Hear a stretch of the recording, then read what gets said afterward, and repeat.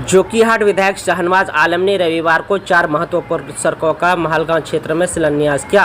टेकनीहाट में उन्होंने उपस्थित लोगों से कहा है कि जोकीहाट में 28 सड़कों का शिलान्यास किया जाएगा, जिसकी लागत करीब 100 करोड़ रुपए की होगी।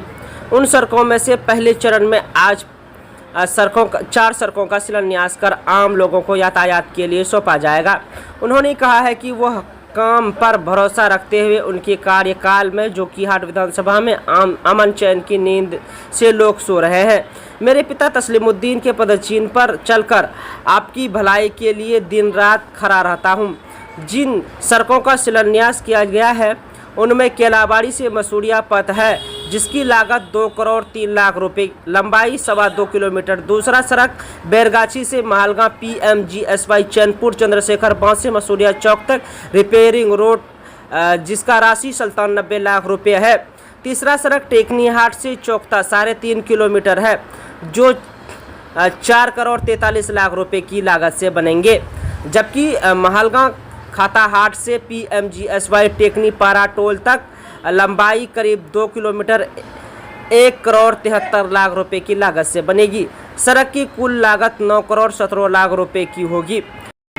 उन्होंने कहा है कि तेजस्वी यादव की 17 महीने के कार्यकाल में युवाओं को बड़ी संख्या में नौकरी मिली है।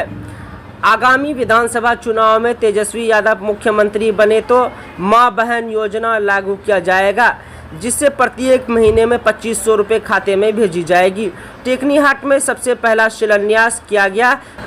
मौके पर विधायक प्रतिनिधि शाहनवाज आलम, रफीक आलम, सादिक हाशिमी उर्फ चिंपू, मुखिया महबूब आलम, राजद प्रखंड अध्यक्ष अब्दुल मन्नान, मुर्शीद आलम, पूर्व मुखिया फारूक आलम, व्यापार मंडल अध्यक्ष अरशद आलम, संवेदक इफ्तिखार आलम, तहसीन फैजी, संजीर साजिद, तनवीर, मुखिया कासिम, मंजूर आलम, पूर्व मुखिया सादिक, दाऊद आलम, सालिक, ईसा खान, आफ्ताब, रिजवान, अनामुल, अनवारुल हक, नजामुद्दीन सहित बड़ी संख्या में लोग मौजूद रहे।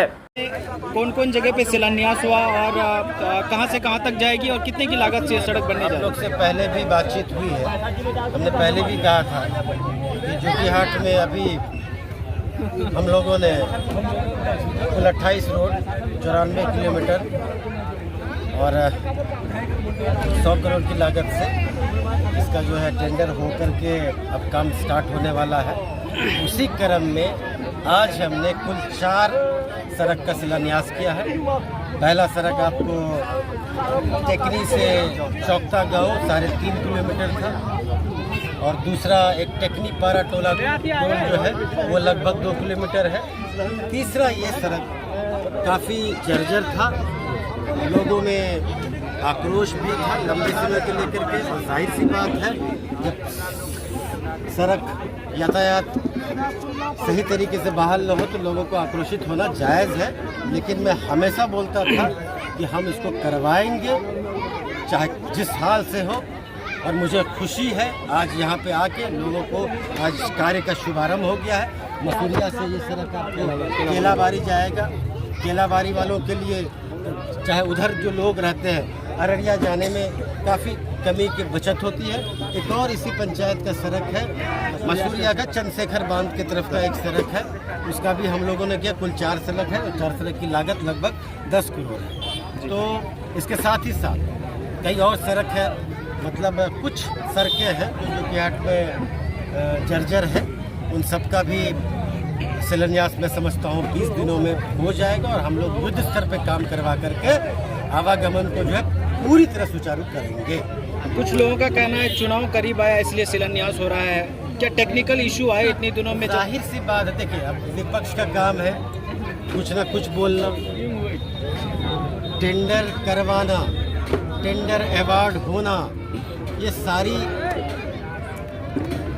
एक एजेंसी के द्वारा किया जाता है और सब में पारदर्शिता है। टेंडर किसी सड़क का निकलता है तो हिंदुस्तान के कोई भी लोग ऑनलाइन जाके देखते हैं कि निविदा निकला है कि नहीं निकला है। इच्छुक लोग निविदा भर भी सकते हैं जो इस कार्य क्षेत्र में है। और ये जो ग्रामीण कार्य विभाग है इसी की एजेंसी है, वो तय करती है हाँ, जाहिर सी बात है देरी हुआ है, और सिर्फ जोकीहाट की बात नहीं है, ये पूरे बिहार में ये जो रोड सड़कें हुई पूरे बिहार में एक साथ हुआ है।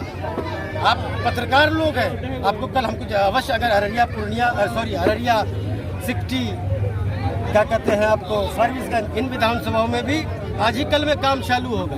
और खुशी इस बात की है कि सबसे पहले हमने जोकीहाट में ही कराया। अच्छा, आप आपदा मंत्री भी थे। हाँ। और कई लोगों का ये है कि फिंगर पॉइंट करते रहते हैं कि उन्होंने कुछ ऐसा कॉन्साइजली नहीं कराया जो यहाँ के लोगों को फायदा हो, तो आप उस पर कुछ रोशनी डाल सकते हैं। सबसे पहली बात है, बार बार हम बोलते हैं, अभी भी हम बोले थे, आपदा क्या होता है? जब राज्य में, जब आपके गांव में, जब आपके समाज में विकट परिस्थिति आए, आंधी आए, तूफान आए, जल स्तर बढ़ जाए, आपका कुछ क्षति हो जाए, तो सरकार मुआवजा देती है। और हमारा जो कार्यकाल था या महागठबंधन सरकार का कार्यकाल था, वो सिर्फ और सिर्फ 17 महीने के थे। खुशी इस बात की है कि उस 17 महीने में आप लोग भी पत्रकार हैं, कोई कानूनी रूप से हमको बता दे कि जोकीहाट में बाढ़ आया था, अंचल में, जिला में, इसकी सूची उपलब्ध होगी। 7 वर्ष से हूँ मैं, जब भी बाढ़ आया है, जब भी विकट परिस्थिति आई है, मैं लोगों के साथ खड़ा हुआ। हमारे मंत्री पद हटने के बाद भी बाढ़ आया था, जिसमें हम गए थे लोगों के पास, जिसमें ये भी है कि सरकार ने औने पौने ढंग से काम किया, जो लोग सही में ज़रूरतमंद थे उनको वंचित रख दिया। लेकिन 17 महीने में आप लोग अवश्य काम कीजिएगा। तो जो अग्नि पीड़ितों की राशि थी, जो GR राशि थी, आप 2022 से पहले का निकलवा लीजिए कितना। 2000 जब हम लोग की सरकार बनी तो ये राशि कितना बढ़ोतरी हुआ। जाहिर सी बात है, हम मंत्री थे, हमारी सरकार थी, तो हमारे ही कार्यकाल में न बढ़ा। पहले 8-9 हज़ार था, अब 12 हज़ार हो गया। GR राशि पहले 6 हज़ार था, अब 7 हज़ार हो गया। सब तो ऑफिशियली निकाल सकते बात हो। तो ये उपलब्धि भी तो हमको मिलनी चाहिए, नहीं मिलनी चाहिए। हाँ, हम